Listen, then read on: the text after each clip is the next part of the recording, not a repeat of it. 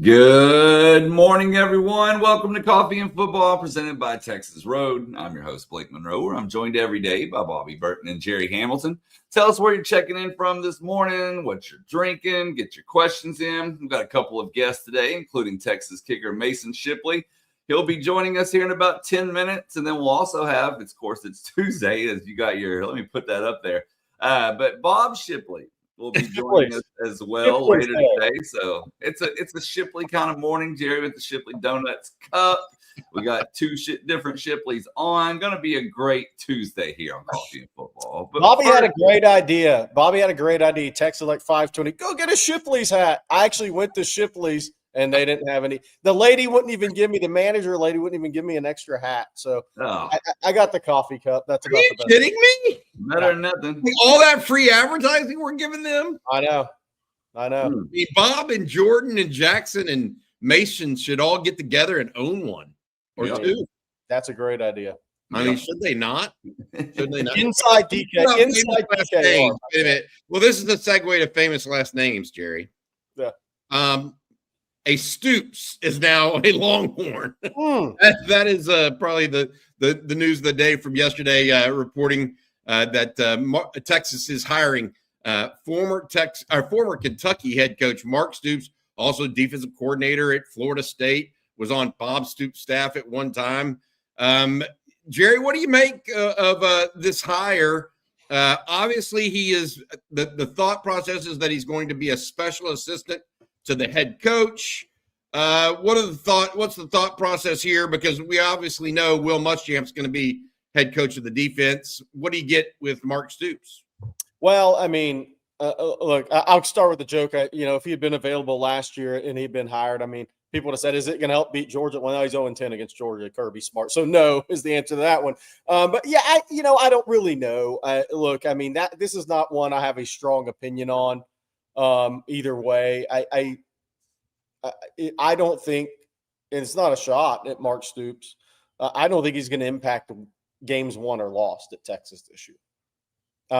So I think an extra set of eyes, an extra voice, I think is always a quality thing as long as there's not too many chefs in the kitchen and you can separate it all.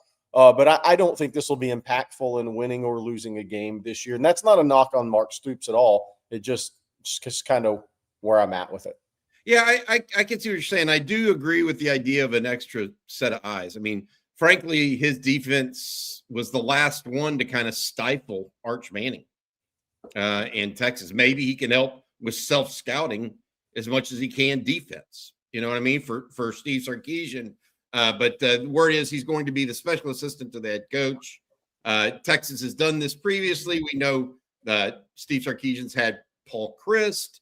He's had, last year had Neil Brown, who I do think, now the head coach at North Texas, I do think Neil Brown really helped in the red zone and utilizing the QB run game last year. So little tweaks like that we might see. Maybe we see something in special teams from a guy like Mark Stoops that's been around for a while, Jerry. And, I think that you mentioned too many chefs in the kitchen. I agree with that. I think that's like the appropriate term for what the NCAA tries to do when they try to make rules. I mean, they try to pacify everybody and end up with a dish that doesn't make sense, right?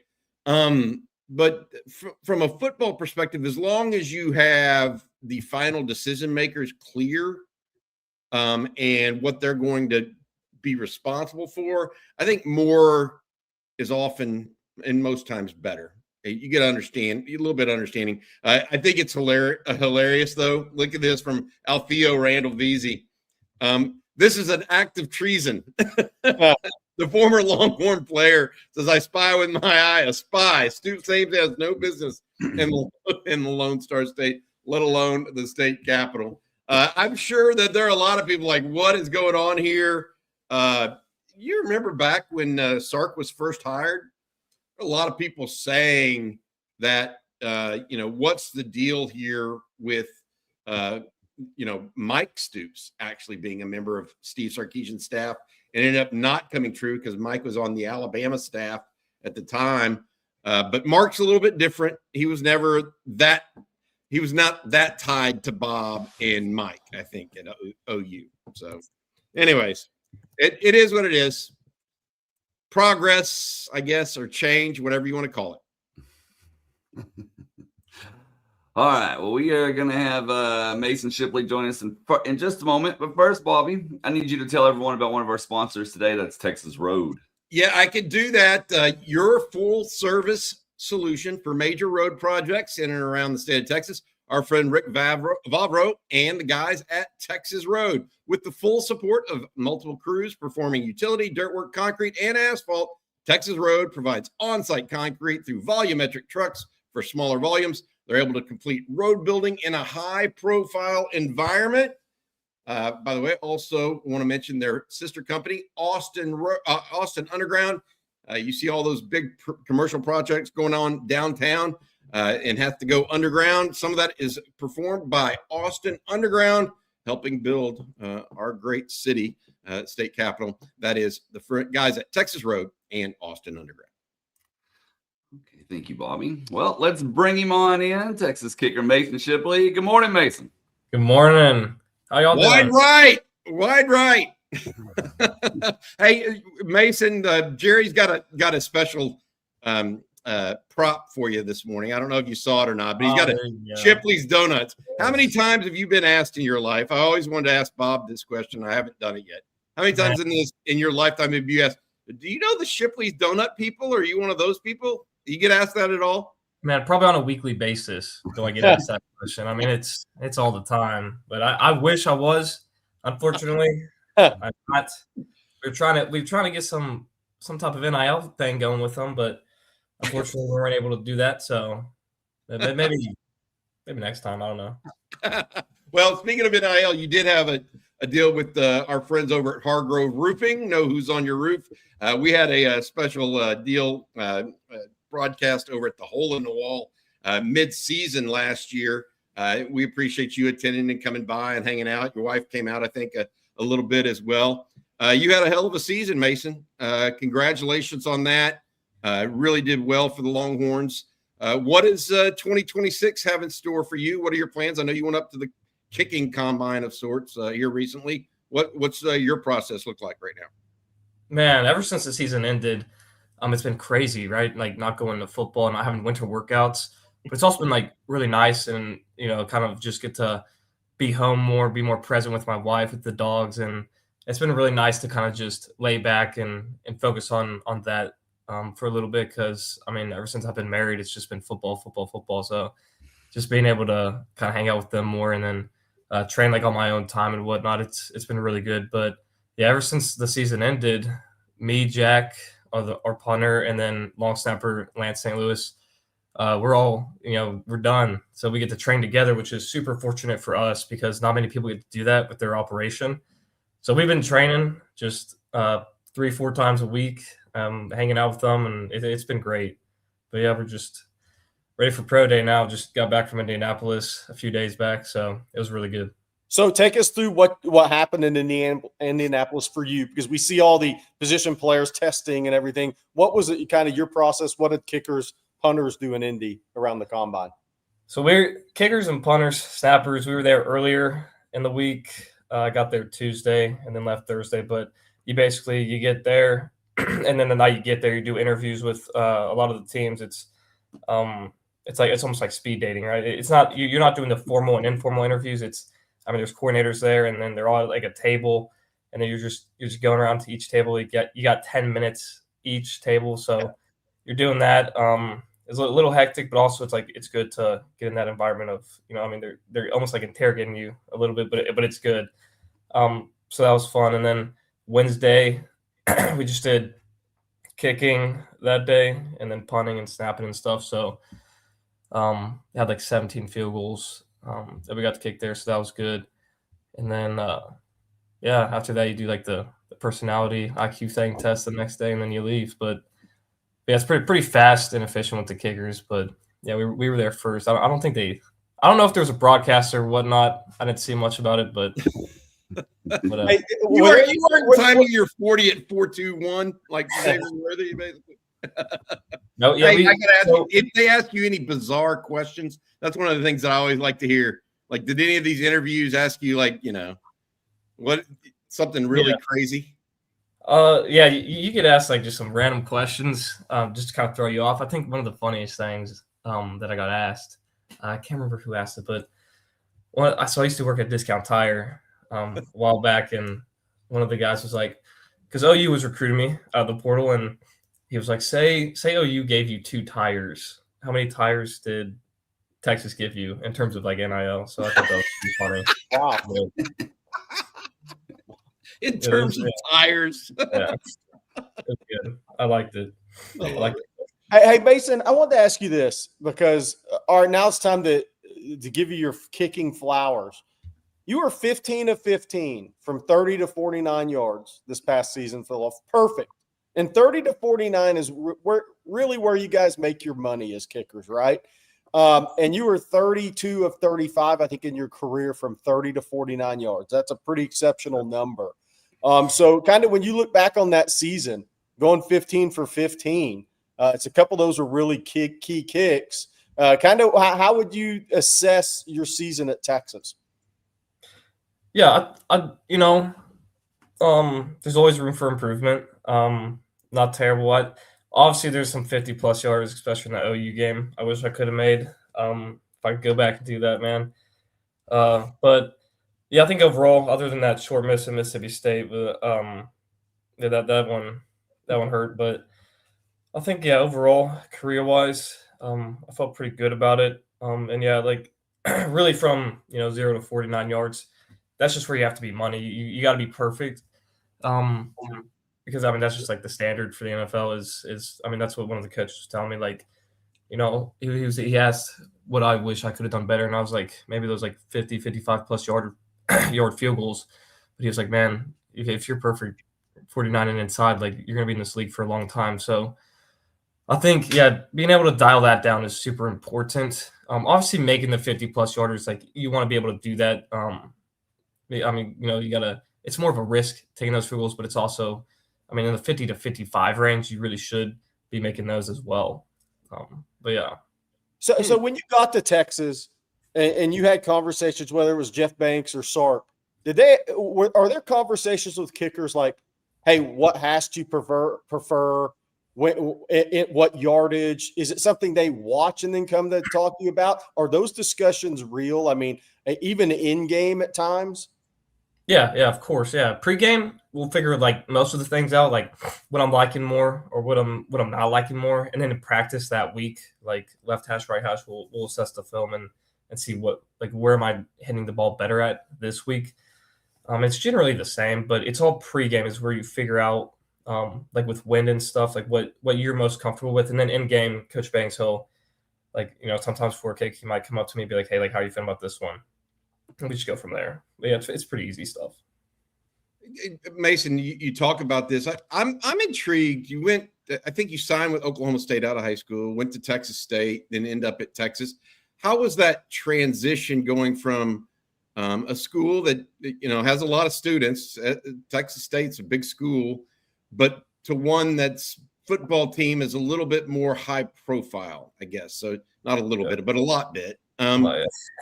What's that like? Is it like going from, I don't want to be rude or anything, but is it like going from a lower level school to this big time program? What are the differences that you felt and noticed as a actual player? Yeah, of course. Yeah. Great question. I say this for most people, let's say like on field stuff, kicking's the same no matter where you're kicking. It's the same size ball, same size upright, same size field. So kicking on the field aspect of it, the only thing is the arena that you're playing in. You're going from 20, 30,000 to 100,000. And that's just, for me, I didn't really have too much of an issue because I'm not really concerned with the outside noise, I guess you could say. So from that aspect, it's all the same, and you just got to treat it the same to perform at a higher level.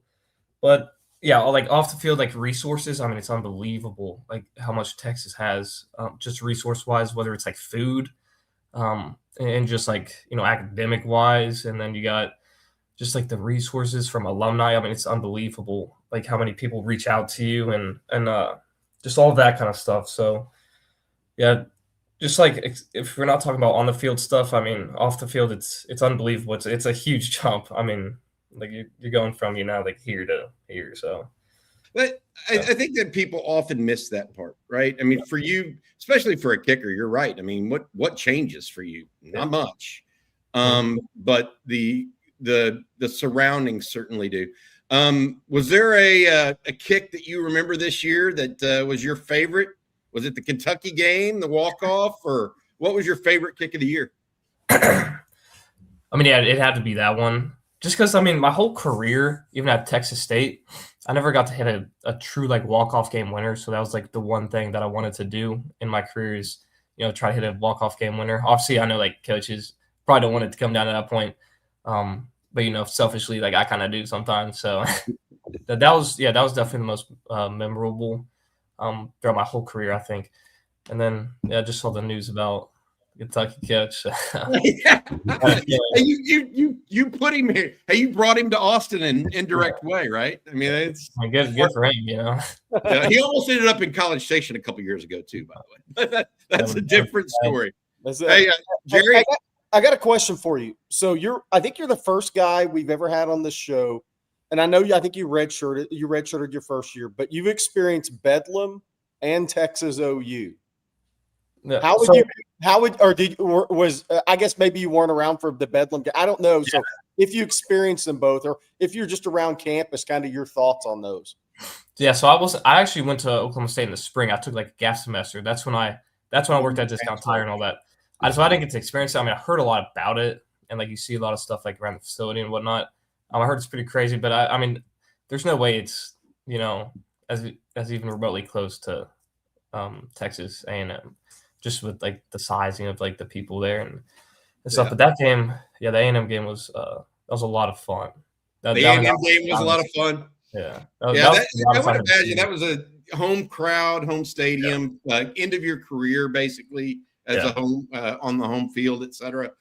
Mason, any particular teams talk to you more than others? Are you obviously most kickers are undrafted free agents? Yep. I'm sure that's kind of what you're thinking, at least. I mean, be great to be drafted, I guess, but is that kind of, are you looking for a spot that can allow you to move forward in your career? Is that kind of the idea behind your next move here? Of course, yeah. I mean, getting drafted as a kicker, I mean, that's tough. It's really tough. And I'm a realist, so I know the possibilities of that. I mean, it's low. I mean, that's just the reality of being a kicker, right? But hopefully maybe we can get some working out if we have, a good pro day and whatnot. But we'll see. But as far as like teams talking, you never really know who's looking right now until I think March 11th, or 9th is when like free agency stuff ends and whatnot is what I heard. So it's hard to know like at the combine. They're all talking to you like they're super interested in you, but you never really know if they're like, are these guys looking or if they're not looking. So it was hard to tell, but hopefully in April is when you get like private workouts with teams. Usually it's from what I've heard. So hopefully we can get a few of those and if see from there. Mason, I got to ask you about this Texas team coming up this year. You were around the guys. Spring practice begins March 9th. What did you kind of see from your perspective, the growth of the team, growth of Arch Manning headed into this next season? Yeah, man, I thought at the end of the season, man, I mean, the football that we were playing at the caliber, I don't think people understand how good it was compared to a lot of the other teams, especially like that A&M week. Like, I don't think there was anybody that even on the team that thought we could even lose that game because, well, I mean, we were the only like team in the country that was really tested against other high caliber teams. So yeah, we were playing really good football. So it's unfortunate when you get in the playoffs, but I've been around like a few weeks around like the new like specialists, new guys, and seeing like their workout like regimen. I mean, it's crazy. They're definitely taking it personal about what happened last year. So that'll be really good, I think, for this team and the growth for them. So yeah. You mentioned those specialists. Texas took both specialists out of the high school. Gianni Spedic, I guess you've seen him and worked with him. They also took Mac Chuimento, the punter from Florida State. And then there's a couple of newcomers, freshmen, Jake Collette, a kicker, as well as punter Mikey Bukakis out of Prosper, Texas. What do you notice from those guys? What do you see? What are your thoughts on them at this point?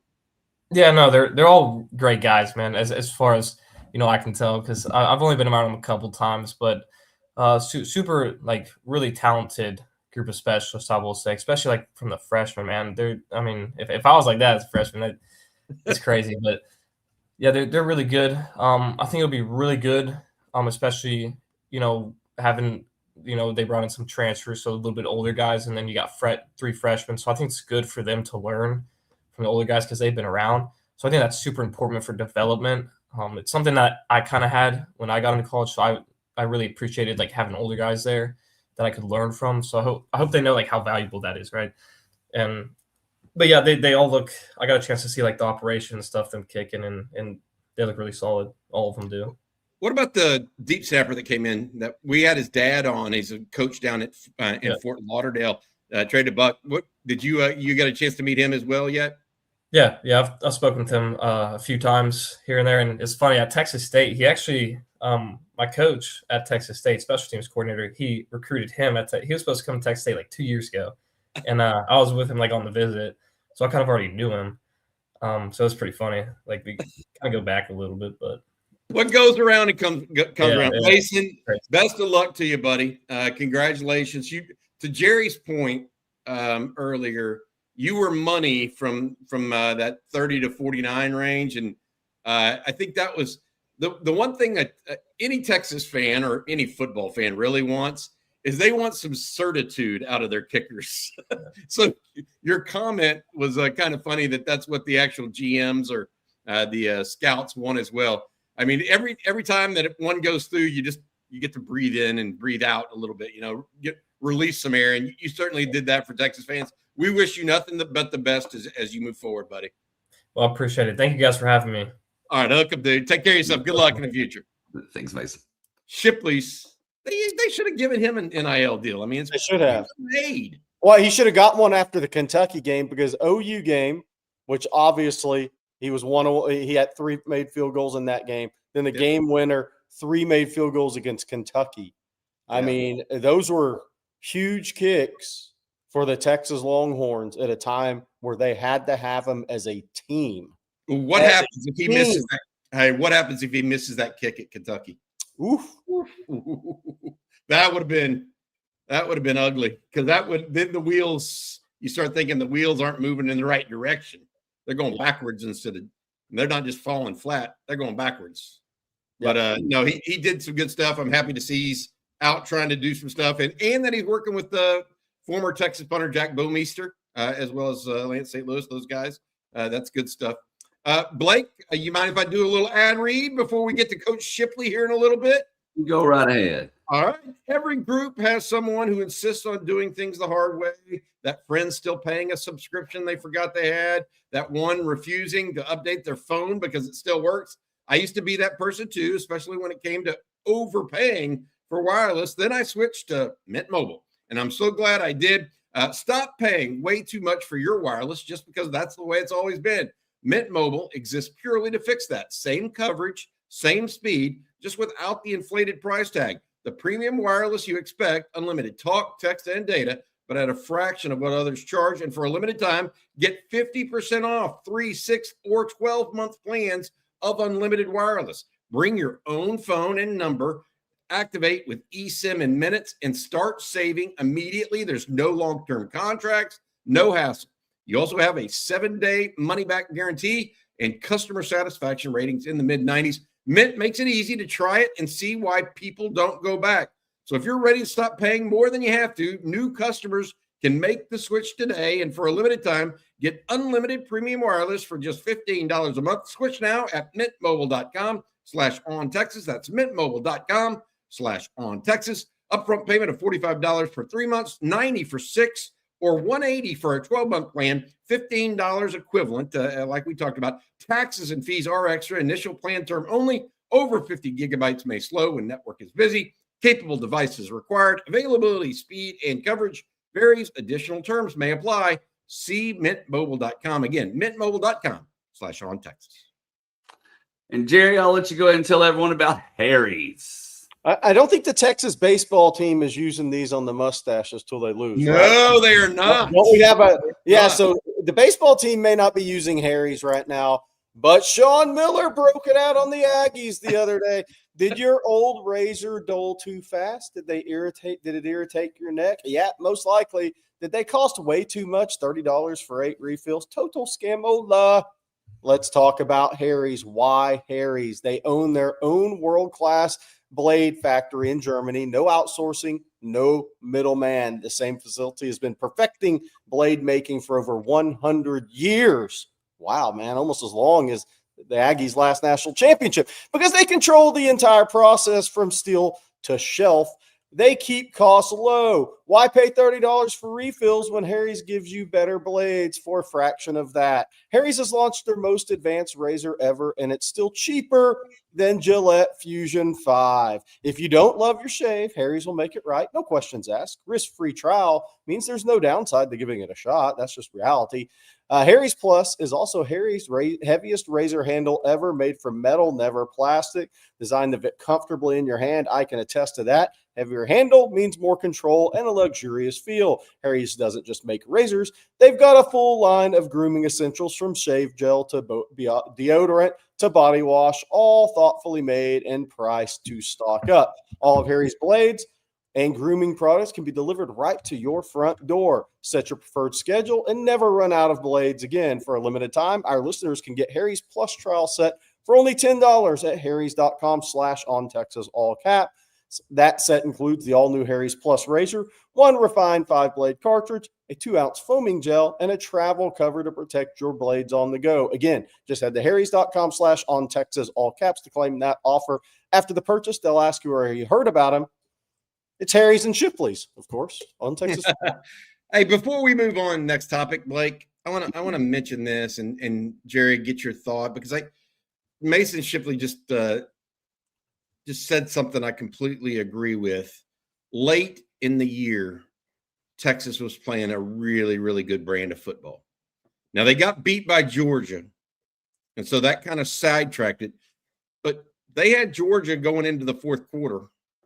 I mean, Texas was playing a really good brand of football, and he also said something else. They were really the only ones of all of that group that played so many top-ranked teams. So they were battle-tested. And I think that's interesting. They'll be battle-tested again this year, by the way. Or so. Yeah. So they've got a group. Now, they don't have Georgia this year, though, Jerry. Right. But they've got to go on the road to LSU probably at night, go on the road to Tennessee, Ohio State at home. But I liked and agree with his sentiment there. And he was on the inside, so he saw it firsthand. What I kind of felt from the outside looking in, they were becoming and getting better and better each week.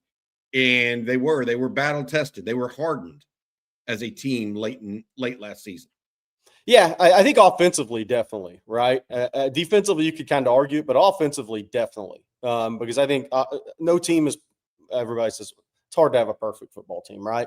But they had some secondary issues, but they were, I more so than last year. I'm looking forward, like, okay, what I took from his statement is why Texas should, along with the players they brought in, make a jump and be ready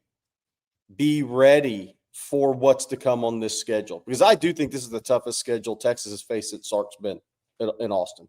I just think it is. Even the non-P5s, Texas State and UTSA, are tougher games than what they've been playing in terms of the G5s. This is a very difficult schedule. This is a schedule that's going to test you mentally quite a bit. And I think if these guys did learn all those lessons from last year, especially the game at Florida, for me, where it just doesn't look like you knew what you were getting into or prepared for what you were getting into and ready for the fight. If you learn from all those experiences and you grew throughout the year, then I think this can really carry over to the 26th season for the Texas team. And even the coaching staff to a certain extent, right? Because It's different. That was year 2 in the SEC, and SEC is a extremely, and I know a lot of those coaches have coached in it, but they coach in it with different types of teams, or they were assistants in different situations. I think the growth of all of it, from the way, we heard last year after the Florida game, Bobby, remember, they didn't go to the cafeteria or whatever it's called and eat. Food was brought to the locker rooms for the guys to eat in the facility to block out any of the noise. So I think the staff kind of took some things from last year. So I think as a whole, what I took from what Mason Shipley said, and this is I really think there's 2 most important things for this Texas team next year. I think one is a more disciplined brand of football, cutting down on penalties, self-inflicted, and that sort of thing. We've talked about that ad nauseum. The other thing is, what did you learn from the season before that you apply to the next one as a team, as a program? Because it's always growth, and I do think they're set up for that as long as they go out and execute that. Yeah, they've got it's just a tough schedule overall. Yeah. I hear you. I think that Florida will be tough. Ole Miss is going to be an interesting one for me because, look, they've got so many new faces right now as a coaching staff. Yeah.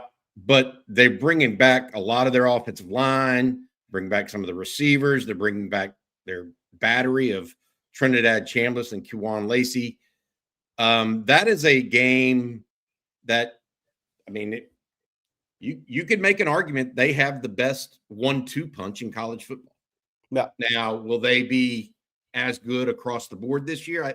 I don't know, but it's an interesting schedule because the other one, we're still young in the history of the SEC, right? Yeah. And so Texas hasn't seen all these teams. Texas hasn't gone to Knoxville. They haven't played at Knoxville. Know what it's like. They haven't. There's a lot of pieces to that, Jerry. Hey, Blake, bring the schedule up because I haven't had a chance to go through every team's schedule. I won't do that for a while. Oh, that's a spring game. Oh, the Texas football schedule. I'm sorry, Texas football. We're going to look at spring games later because spring practice starts for some Texas opponents today. Bobby, here's my question about the schedule next year. And I haven't dove into it nationally. Does anybody play schedule of better quarterbacks in a regular season than Texas next year, potentially? Or better or more experienced, the combination? Because, look, you have Julian Sayin. McCown is a good player at UTSA. Obviously, I'm not putting him into Sayin, Sam Levitt, that level, but he's still a good player. That guy will probably be in an NFL camp next year. Tennessee, they're going to end up starting McIntyre. But Mateer in the second year in the SEC, if we're going to sit here and say our players should improve, John Mateer should improve his second year in the SEC. Philo, they think his OC's with him. There's some thoughts he's going to be really good. Chambliss, Kamario Taylor's a problem at Mississippi State. I don't know if we have the players around them. Obviously, Levitt at LSU. Marcel Reed, year 3 at A&M. KJ Jackson looked good against Texas, needs more experience. Texas plays a tremendous schedule of quarterbacks next year, all with not a lot of different skill sets, a lot of different levels of players around them. But I'm going to look at some other schedules. But Texas has to play some really good or talented quarterbacks next year. Absolutely. I think that's what makes it the tough schedule in large part, in my opinion, because all of these teams have talent. At least all the SEC ones, they may be at different levels, right? But what can make a great team typically is a quarterback. That's why Ole Miss, I think, went so far this year in the playoffs. The other thing that strikes me is I'm thinking that you mentioned KJ Jackson at Arkansas. We neglected to mention what Mike Washington, the running back, did at the combine from Arkansas. Now, he looked like $1 million and then some against Texas. Well, he looked like a lot more than that at the combine. That dude's getting ready to get paid even as a running back. So I think it'll be interesting to see what Arkansas can do without him on offense next year. Because I think that he was, in retrospect, Mike Washington at Arkansas may have been the most underrated player in the SEC because he played for a bad team. But in retrospect, is it possible he was the most underrated player in the SEC? It's quite possible. You know what the other thing with him is? Yeah, it's quite possible. Look, he averaged 6.4 yards a pop. last year. And he had What a two team that was won 2 games or Yeah, something? now Bobby Petrino's a great play caller, right? So everybody gets put in position to be successful, but you still got to go do it.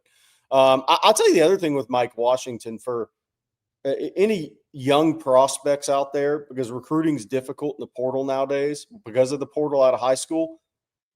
This guy we just saw at the combine at what was he 6'1", 230 and ran 4.33 and tested off the charts. He signed with Buffalo out of high school. He went from Buffalo to New Mexico State. He played 4 seasons at the G5 level before he got a shot in the SEC and major conference football. So that what we just saw at the combine, I mean, for all the kids out there that, recruiting process is rough, man, because the portal for high school kids now. It's not where you start, it's where you finish. And I mean, that can't be said enough in college athletics right now. It's not where you start, it's where you finish. Just think about Mike Washington right now. The guy signed with Buffalo. He had 132 yards his freshman year at Buffalo. Does anybody look at that guy at the combine or against Texas this year and think that guy should have signed with Buffalo and he'd only have 132 yards as a freshman? That's kind of maybe the Buffalo Bills, not the Buffalo Bisons. Yeah. I mean, just think about that. That's where we're at in college athletics right now. All right. Hey, it is time, guys, to bring in our second act of the Shipleys. This is Bob Shipley. Bob, I know you were at the dentist this morning, so I hope you've gotten some pain numbers so we can ask you some really tongue-twisting questions. But I don't know if you heard or not. We had Mason Shipley, the former Texas on this morning. So Jerry went out and got a cup of coffee from Shipley's in honor of that. How you doing, Bob? How you doing this morning, buddy? Yeah, actually, I was at the eye doctor. Oh, eye doctor. Yeah, Oh, man, eye doctor. I was hoping you were at the dentist and they gave you some numbing stuff. No, I don't have to have that numbing stuff to look stupid. How many fingers am I holding up? Yeah, well, I'm on my phone, but it looks like you're holding up 3. My eyes are dilated. Got it. If you see my truck rocking, it's because there's like 30-mile-an-hour winds in Abilene today, and you probably see the limbs behind me there blowing. My hair everywhere. I'm just thankful I have hair. So, but anyway, doing good. How you guys this morning? How'd it go with Mason Shipley? He's just a good guy. He's married already, Bob. One of the few players that, kind of already adulting, for lack of a better term, in that way. He was really interested. He talked about some of the things they asked him. He talked about how Texas, and Jerry and I carried on this conversation, and I wanted to bridge it over to you a little bit. Talked about how late in the year, a couple of things. Texas was playing a brand of ball that was very good.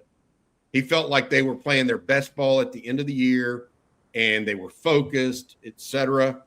And then he also had this to say. Said Texas was more battle-tested than any team, if you really look back at it. So my question is this. We've thought about those two things. We've mentioned it here on the site, talked about it at the time. How does Texas carry that over into 2026 without losing some of that feel, in your opinion? Well, I think we're well on the way to that happening with the hiring, of course, of Will Muschamp and Mark Stoops. I think the toughness, the hard knocks that the team had to learn this past year, especially offensively. We've talked about this a lot, and that it's going to make Arch a better quarterback. He's already been through the fire. He's not going to know what to do if he has a little time to set up and throw it. But I do think this team is battle tested, and I think everything didn't hit just right last season. But a lot of people are, once again, I thought last year was premature, but a lot of people are putting all the chips on the table for the Longhorns this year, and if they can ride that momentum from last season. We start off with Texas State, and then Ohio State. I almost wish we would have Ohio State first. because we seem to play those games well. And I don't want Ohio State to see what Muschamp has brought to the table. Oh, interesting. Didn't think about that. Yeah. Hey, Coach, I want to ask you a little bit. Jordan went through the NFL Combine experience, right? And we just got through Combine week. What do you remember from your vantage point about the NFL Combine and that experience, and and I know it's different now the way guys train, but just the whole process from your standpoint, being close to it with a son that went through it? Yeah, it's pretty nerve-wracking. It was for, I don't know that Jordan ever gets nervous about anything, but he wasn't in great health. He had pulled his hamstring the week before the Combine, and so he wasn't in great health. And just the frustration from that, and made it too much pressure, I think, for him to try to go out there and run as fast as. And I don't even remember what he ran. It was horrible. It wasn't. Well, he ran 4.6, and I bet he hadn't run 4.6 since 8th grade. It was but I will say this about Jordan. He's one of those guys that when the ball's in the air and it looks like it's going to be long, I wish they would have had the miles per hour back then, because he had another gear that he didn't necessarily always, I guess, know how to hit that gear. Now, the kickoff return against Oklahoma in 2008, he hit it then. It looked like somebody really bad was chasing him, Hey, somebody bad doesn't always calculate. Coach, somebody bad was chasing him. Yeah, that's true. A lot of them. Yeah, that's true. But it's a fun experience, but it's a meat market, and I hope they don't ask the silly questions that they used to ask the players, trying to, that serves no purpose at all.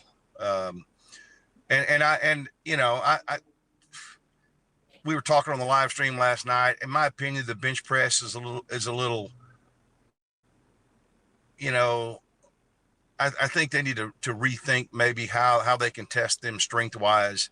It's good. It's good for linemen, and it's, offensive, defensive linemen. You have to obviously, use that motion a lot in football, but that's the only position that you do have to use that motion.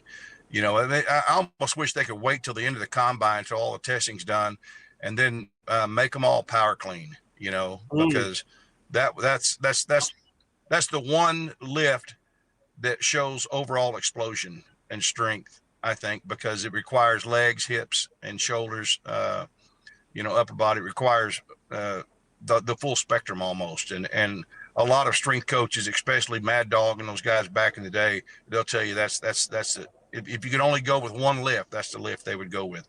And so, putting on, 225 and going as many times as you can, what is that? I don't know. I think position wise, it doesn't really have much of an effect on telling you how well this player is going to play. Hey, a punter did something like 22 reps or something in the bench press. I don't think it's going to help him punt. I really, to your point, I really don't think it will. No. Hey, Bob, we're talking about it. We're 6 days from spring football. For the Longhorns. Any singular player you're thinking about right now, or thing you're thinking about headed into that you can share with us? Well, I just really want to see, how these new guys are going to fit in. I think I just think it's going to be a lot of fun watching the new guys coming in. We know what they're obviously there's going to be some younger guys that are going to have to step up, and it's almost, put up or shut up time for them. And that's another conversation, but, just the new linemen, the new running backs, obviously our prize receiver we got. I mean, just looking forward to seeing how they put all these things together, and how Will Muschamp builds this defense from the ground up. Yeah. That I wish I could be there every day to watch that. Yeah. Well- Hey, Coach, I want to ask you this because just from a coaching perspective, I know you haven't been through it but how difficult do you think it is for Sark and the staff when you have 40 new players come in? Some of those players and guys know on the Texas team, they know what some of these guys are making in from an NIL perspective that are coming into the program because it's so publicized nowadays. How difficult of a task do you think that is for college staffs nowadays? Because I see it as the toughest thing they have to do, not Saturdays anymore, but when all these guys come in and the money figures are known, how do they get this team to become a team? And what's that process actually like? Because Coach, guys in that locker room are looking at some of these guys from the portal and saying, this guy's making a lot more than I am. And I've been here and I've been through it, all of it. So kind of how tough do you think that is for a coach and a staff nowadays? Well, I think it's really tough, and I think it's really important how the staff handles that. And I would say that it is nobody. We're not talking about that. We're not discussing it. You need to be focused on the task at hand, and that is, helping us be the best football team we can be and win the national championship. And if you think you're worth more money, then let's see it. Let's see it. But it is no doubt. It is the toughest time ever in college football, and it takes a real magician. And I think it's a lot of us are sitting back and trying to learn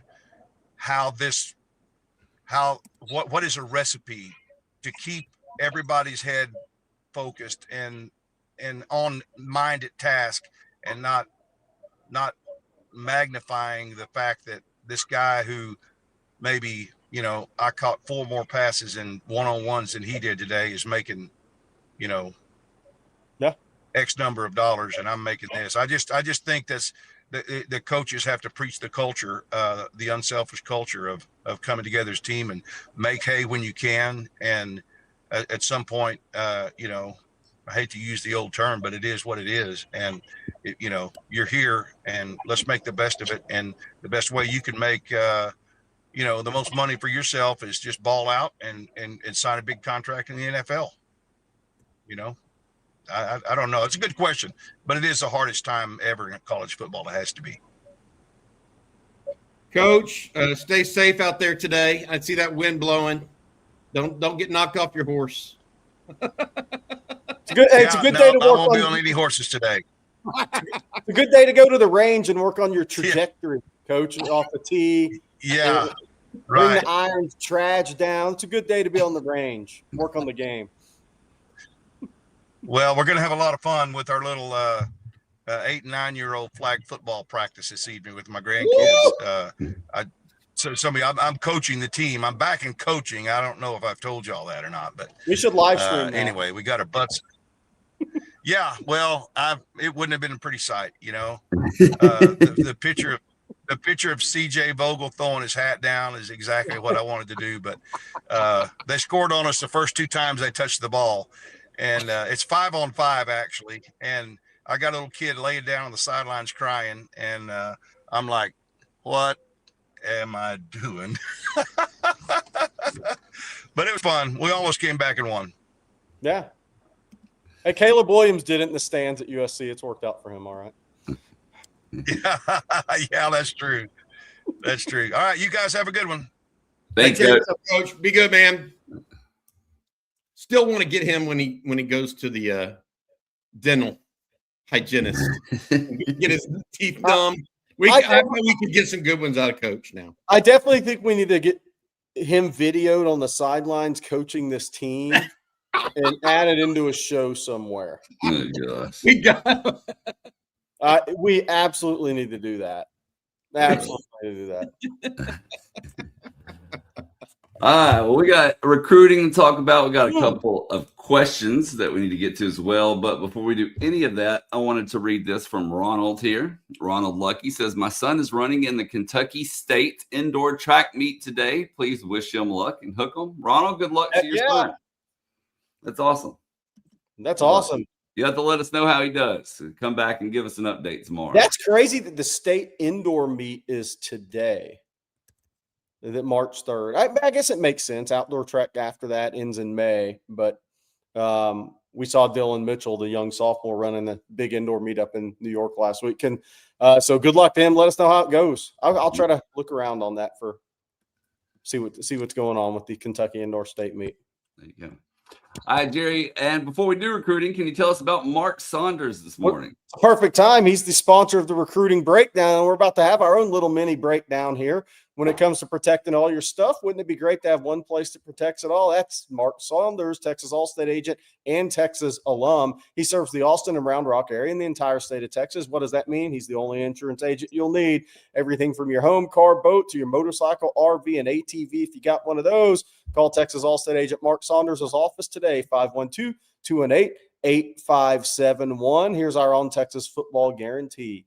With over 35 years of experience, you will be in great hands with Texas alum Mark Saunders. Again, give him a call today, 512-218-8571. Good coverage at cornerback. Good coverage in the secondary. Great coverage for your insurance needs. Well, let's get right to it. Recruiting. What do you got for us? I'm going to start with what I believe is the number one player in America, and that's DJ Jacobs, the edge out of Roswell.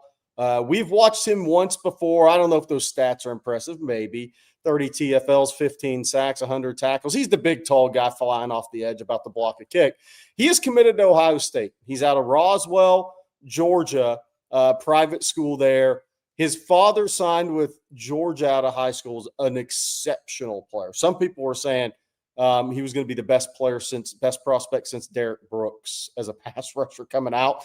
Obviously, he had a couple of major health issues that derailed his career.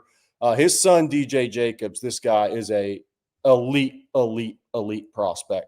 Similar to Dylan Stewart in some ways, maybe has a little more burst as a pass rusher. Saw him at the Under Armour All-America game in January. He visited Texas for a game this year. He made that commitment to Ohio State, but I'm here to tell you his process is still going. Will Muschamp obviously has connections there, being at Georgia, playing at Georgia, knowing the father a little bit. So Texas is really working hard on this recruitment. So despite DJ Jacobs being committed to Ohio State, Texas is not giving up here. I can tell you that they've had multiple phone calls. I believe Sark and Muschamp spoke with him yesterday, for what I gathered. But DJ Jacobs is expected back on campus. I will not be surprised if he makes an official visit to Texas. I do expect him back on campus. This guy's legitimate. Everything about him is legitimate. His frame is legitimate.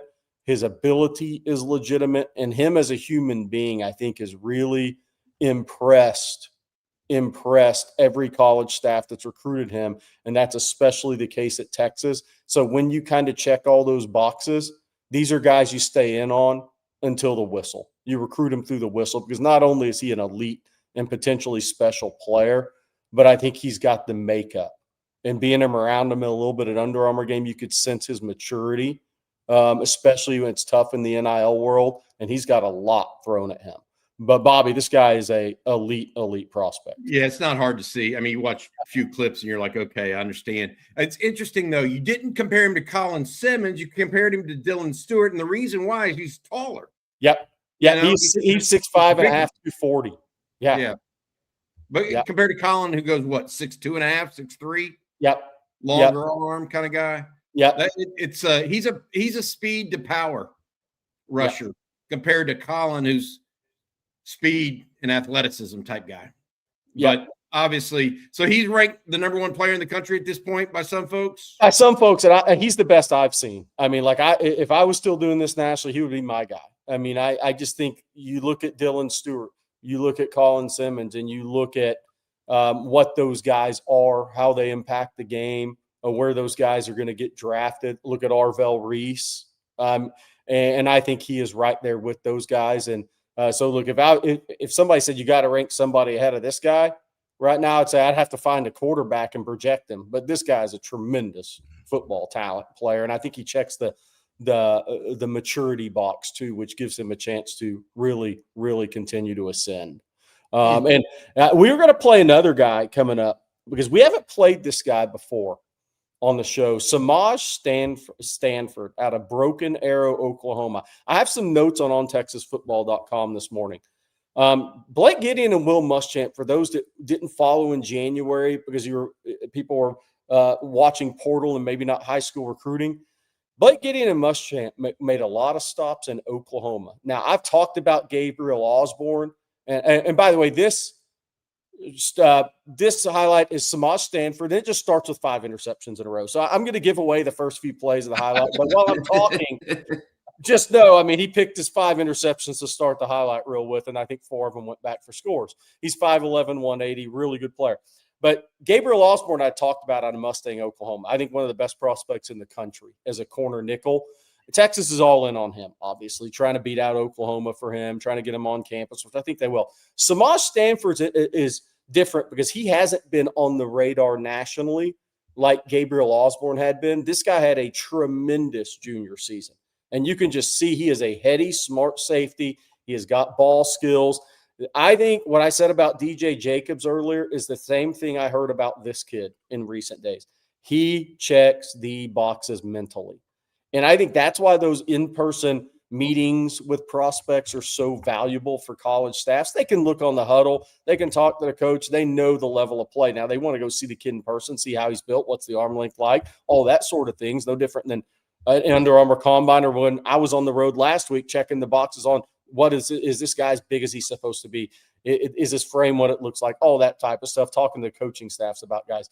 But I think this guy checked the boxes mentally when Texas went to see him. Now, he's Texas, Georgia, Oregon, Alabama. I mean, those guys are all in on him. I think there's a good chance, a better chance he goes out of state.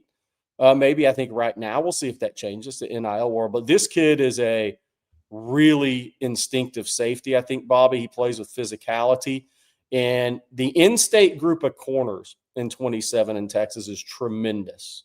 Tremendous. There's a safety that's popped up from South Oak Cliff, Udo, who's visiting Texas, who I think college coaches have loved when they've been through. There's some safeties Texas is on nationally. However, Jannard Albright, I went to see at Effingham County. King Hall is a corner nickel who I think is a stud. He'll be visiting April 11th unofficially, then a June official. And you have a kid like this who maybe hasn't been ranked as high, hasn't been on the radar as long, but he is a hell of a football player. And in college coaches' mind, he is right there with the highest ranked safeties in the country. He does a lot on tape. He shows a lot, Bobby. Broken Arrow is a suburb basically of Tulsa. Yep. And historically, while Tulsa is definitely leans OU, it does not lean OU as much as Oklahoma City area does. Right. So Mustang's a suburb of suburbs, a tough word there, but it's on the outskirts of Oklahoma City. So Gabriel or Osborne is closer to OU than this guy is over in the Tulsa area. So interesting. I think that Muschamp and Blake Gideon are of one mind. Yes. I think that Blake Gideon will end up being one of the better hires or rehires that Texas makes here from the standpoint, Jerry, of, really Texas needs that, in my opinion. They needed a guy that was going to get on the road, evaluate hard, really get into the weeds on it. And I really think that was an underrated hire this offseason with Blake Gideon returning to Texas. Him going up and seeing this guy, that doesn't surprise me at all. Yeah, and I think obviously offensive lines, defensive lines, a great edge like DJ Jacobs, they kind of become the conversation in recruiting classes. But the one thing I'm picking up on in this 27 cycle is Texas wants to knock secondary out of the park at the high school level. I mean, they are going everywhere. Duve Williams, a corner in California, is a possibility for a visit still. Texas is recruiting a large number of defensive backs, both in-state and nationally. We have it updated on TexasFootball.com, the official visit list. There's a number of defensive backs. There's some really, I'm telling you, I'm going to keep saying this name. Here you go. Remember the name Dylan McGee at Red Oak. I think he is a tremendous corner. He's not ranked as high as some other guys. Obviously, John Meredith is going to take most of the oxygen out of the recruiting room when talking about in-state DBs. Dylan McGee is very talented. Very talented. He's visiting 19th through 21st. Obviously, John Meredith, myself, Hank South, we're going to remain on record. We think it'll come down to Texas and Texas A&M for him. But just look at the defensive backs. Here's another one. Trenton Blaylock. Yes, his brother's the freshman running back at Oklahoma. Trenton is out of Atascocita. He's run 10.49 and 10.56. 2 meets, I think it is. I may be off by a point, 0.0 something. He's run 2 sub 10.5, 10.6, 100 meters, his first 2 meets of the year. While he doesn't get as much publicity as some other corners, he's a name to know. Absolutely. Name to know. Montre Jackson, we've talked about a lot. There's Blake Jenkins, who the prior Texas staff offered, or it's members of that staff and the defensive staff. He's got his OV scheduled. Isaiah Udom, this is the guy I was talking about at safety from South Oak Cliff, was not on the radar headed into his junior season with the big colleges. Now he's completely on the radar. A lot of guys like him. So if you look at this group of defensive backs after guys like a King Hall, Jannard, Albright, the guy we're just talking about, Samaj Stanford, hopefully Gabriel Osborne, maybe a Duve Williams out of SoCal, Junipero Serra. After all these guys make their unofficial honor Falave Johnson, who a lot of people think would be USC or Oregon. We'll see. He's coming to Texas at the end of March. We'll see where that goes. Texas defensive back recruiting is coast to coast, and the feeling I get is it's an extremely important position from the high school level this year. Extremely important. And it's Muschamp's first class, right? May think that the best defensive backfield are ones that are played in a same system for a long period of time. Maybe that's why you over recruit defensive backs early, Jerry. Yeah, and bring them in from the high school ranks as opposed to picking them out of a portal. Yeah, could be something to that, because I mean the best secondaries are ones that are kind of symbiotic. They work together, right? As opposed to or synchronized, or whatever you want to call it.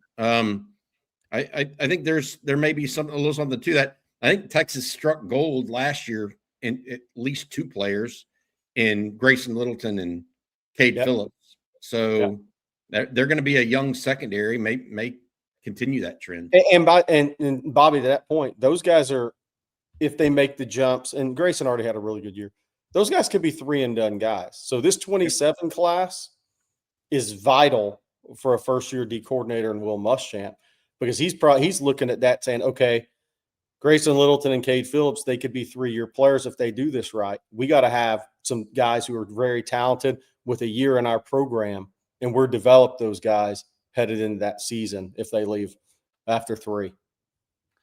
Hey Blake, let me do one of our ad reads, and then we want to go over the spring games. Texas, obviously, April 18th. We will go with spring games of other teams here in a second. But first, I want to tell everybody about our sponsor every Tuesday morning. It's the guys over at Texas Road, Rick Vavro and the guys, your full-service solution for major road projects around the state, with the full support of multiple crews performing utility, dirt work, concrete, and asphalt.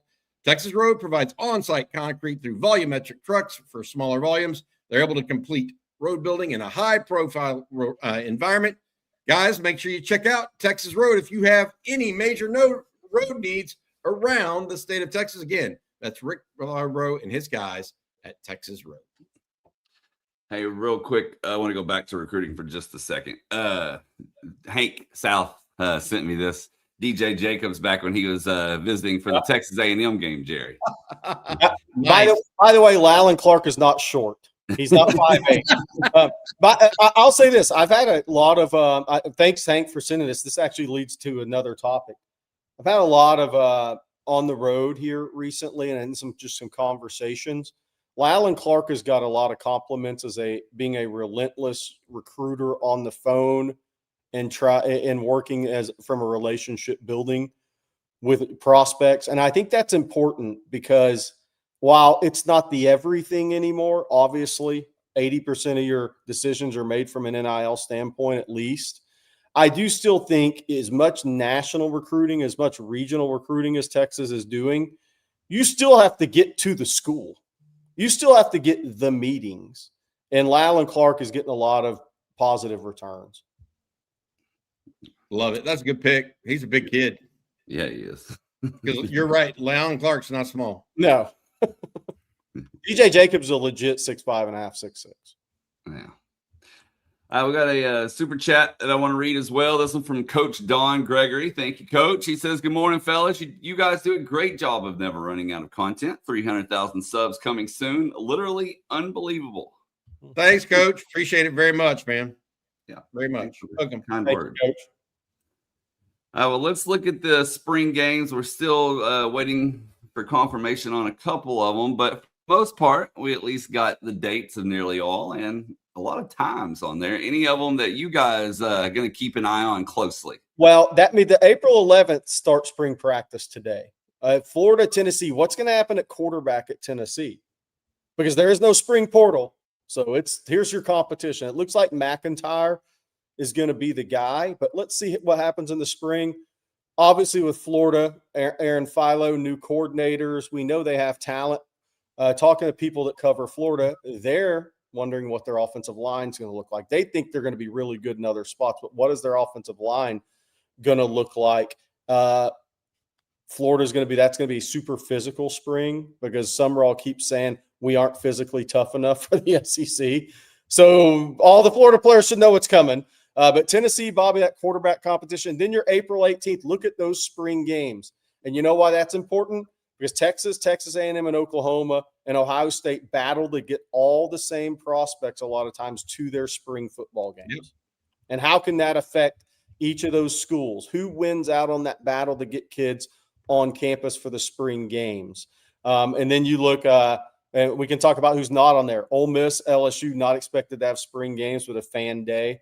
But Bobby, I think the Tennessee quarterback battle, and then I think those April 18th spring games, because of who's on there is pretty interesting from a recruiting standpoint. Especially regionally. I mean, yep. OU, Texas, Texas A&M are the three traditional teams that battle over prospects in Dallas, Houston, and parts in between in Texas. So I feel like that is particularly interesting. You mentioned this, and that's that some of these schools are starting spring ball this week. Mm-hmm. Texas starts next week. So the teams that are starting spring ball this week are Florida and Alabama, Tennessee. Yeah. So they've already kicked it off. Texas gets started next Monday, March 9th. Yeah. So we're on the precipice of getting 2026 kicked off here. Yeah, hard to believe. It's here, finally. Almost here. We need your clock behind you there to start like. Hey, one of the other things I wanted to mention. One of the other things I wanted to mention, Jeff and I did basketball show yesterday. Texas women, it is SEC conference tournament week. Texas women do not play till Friday. They get the double bye in the SEC tournament. So that thing is set up to where if it's chalk, they would play Tennessee in the third round of the SEC women's tournament.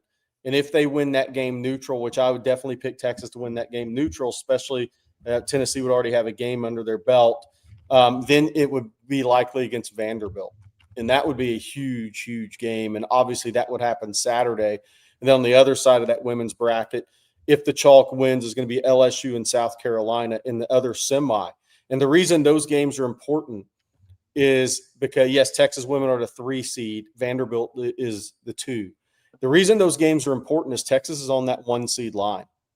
And that's a really big deal. And if you can get – if Texas could go on and win the SEC tournament, there's a decent chance that they end up high enough to where they – in the teams overall in the tournament seeding to where they could even host be somewhat of a host at Fort Worth in the Sweet 16.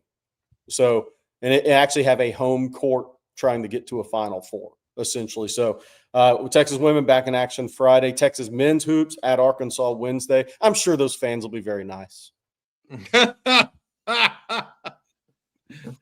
Somebody, Go to I want to see Fayetteville. Texas. Going to Fayetteville in basketball, I've been there one time for a game, and it is not a fun experience. They do care about basketball in the Northwest Hills of Arkansas, Ozarks. Sean Miller won't do it because he's much more serious than I am, and that's why he's got 4 Elite Eights and 8 Sweet 16s, and I have 0. I'd have my managers wear Texas football helmets out for pregame as a joke. Because I have like 4 managers. I'd have them wear Texas football helmets out. Why? I want it all, baby. I want all the smoke. I see you as that guy that was it at McNeese State bringing out the jam box. Yeah. That would be Jerry Hamilton. Got a new NIL deal. Pregame. Return Yeah, to McNeese. Got a new NIL deal. We got time for just another question or two. I'll answer this one real quick. Living rent-free in UT. He actually just posted this over on OnTexasFootball.com. He asked who's pitching tonight. Texas takes on Houston Christian. That game starts at 6:30. Look for Cozart, the true freshman, to take the mound for the Longhorns.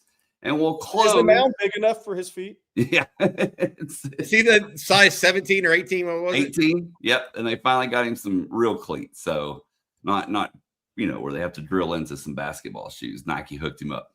Brad here says, how many first-round picks does Texas have in 2027 draft? Over, under, set at 2.5. Would you take over? Or would you take under?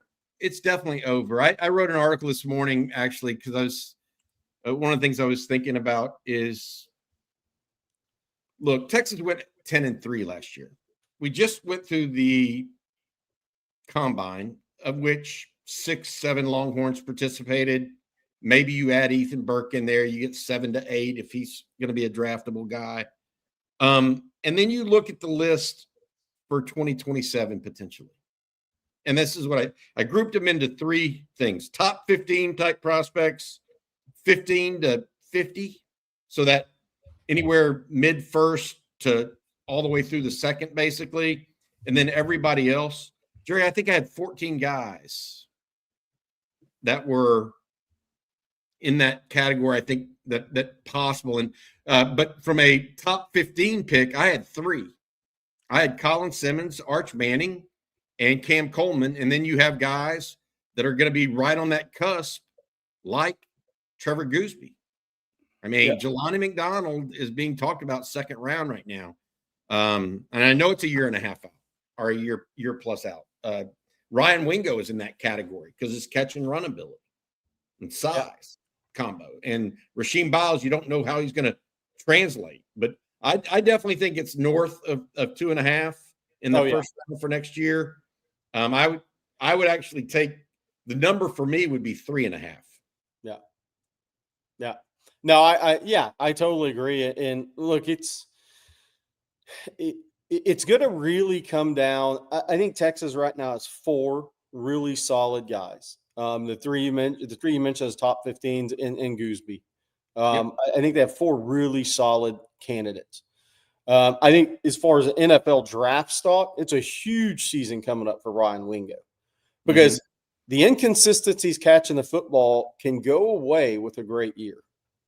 I mean, it can go away with a great year. It can be chalked up to maturity, continuing to learn the game, blah, blah, blah, blah, blah. Wrist injury. Yeah. Rasheem Biles, everybody's going to say he's too small, but he's really, really good football player. So he probably won't go in the first round, but I think he's going to play like it if he's healthy. So there's a difference there. I think you could have 5 guys at the end of the day, depending on who steps up, that could play like first rounders, even though they may not go in the first rounders. Obviously, Jelani McDonald and Will Muschamp's system. We'll see. I don't think either running backs are going to ascend. Really, Brown definitely not. I don't think Hollywood Smothers is going to ascend to that, but I think they're going to be solid mids. Yeah. Somebody's brought up those guys in that last group. I put Smothers and Brown in the last group. I think they'll be drafted, but not first 2 rounds. The sleepers for Texas next year are the defensive linemen. Does somebody just become a dude next year?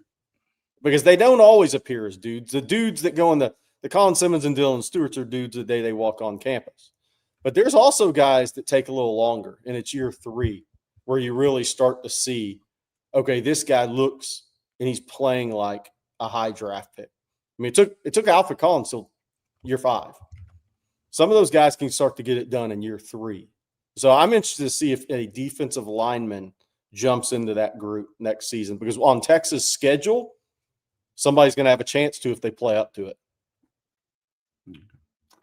All right, y'all. That's going to do it for today's episode of Coffee and Football, presented by Texas Road. We want to thank Texas Road, along with Mint Mobile, Harry's, and Mark Saunders, all for sponsoring today's show. Of course, I got to thank you all for tuning in as well. Thank Mason Shipley, Bob Shipley, joining us on a Shipley Tuesday. Bobby, what's for folks later? Well, I got to actually ask Jerry this. Jerry, what are y'all going to be talking about on the recruiting breakdown today? Probably a lot about the official visits, who we think are out there that are going to schedule official visits to Texas. We think there's 8 or 10 guys that already have their dates, but they're not ready to release them. Maybe they'll release them all together. So I think we're gonna talk about some of the guys that we expect to set Texas official visits. We'll also kind of recap some of those top guys from the Under Armour camp over the weekend that Hank and CJ were at. Brian Swanson, John Meredith. We'll go a little in depth on him. Brian Swanson, Peyton Miller, some of those top targets that were at that camp, but also mix in talk about some guys that we believe are going to make official visits to Texas or spring unofficial visits, which will lead to official visits. Texas is in on a ton of really good players in 27. No stone unturned early. Well, don't forget to hit that like and subscribe button, ring the bell so you're notified anytime we go live, post content, whatever. Also, check us out at ontexasfootball.com. Get over there, get active on the message boards, join the community. Got a lot of good stuff going on between those 2 avenues. We got you covered around the clock with Longhorns coverage, and we'll be back same time, same place tomorrow. So for Bobby Burton and Jerry Hamilton, I'm Blake Monroe, and we'll see you then. Welcome, Horns.